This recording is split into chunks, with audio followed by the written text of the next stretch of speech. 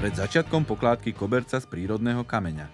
Príprava podkladu vhodnými mechanickými spôsobmi, ako sú brúsenie alebo otriskanie.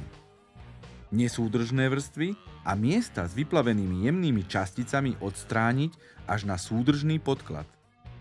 Nečistoty z povrchu vysajte a následne skontrolujte pevnosť ťahu a zvyškovú vlhkosť podkladu pomocou otrhovej skúšky a CM prístroja. Požadované hodnoty. Pevnosť ťahu väčšia ako 1,5 MPa. Zvyšková vlhkosť menšia ako 4 %. Pri vonkajšom použití musí byť podkladná vrstva spádovaná. Požadovaná hodnota od 1,5 do 2 %. Vhodný epoxídový penetračný náter zamiešame v správnom pomere nízkotáčkovým miešadlom. Následne prelejeme do čistej nádoby a znovu premiešame.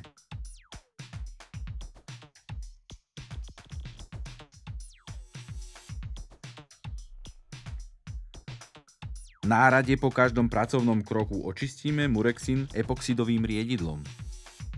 Na celú plochu roztiahneme penetračný náter ručnou alebo plošnou stierkou, alebo navalčekujeme mikrovláknitým válčekom.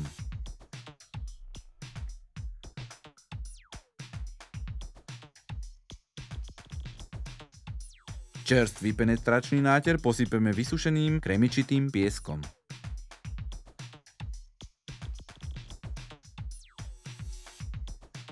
Pre vzhľadovo precízne ukončovacie hrany použijeme hliníkový ukončovací profil nalepený epoxidovou maltou na vytvrdnutý penetračný náter.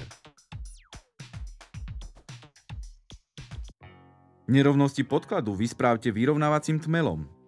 Na tento účel zmiešame v predpísanom pomere epoxidovú živicu s prímesou kremičitého piesku a nanesieme ručnou alebo plošnou stierkou.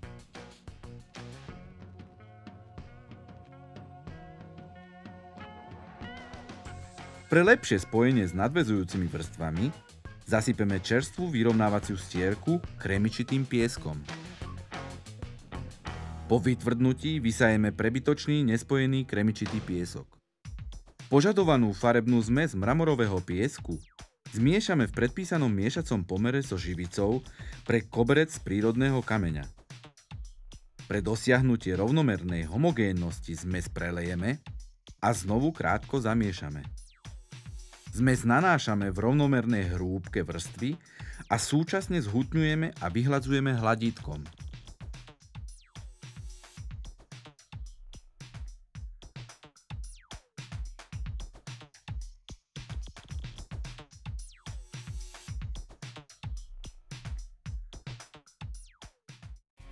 Pred nanesením ochrannej vrstvy hranou hladítka oddelíme nesúdržné kamienky.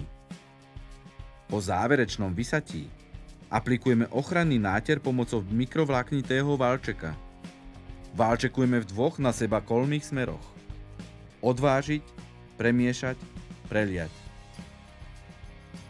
Ochranná transparentná vrstva chráni povrch a uľahčuje čistenie.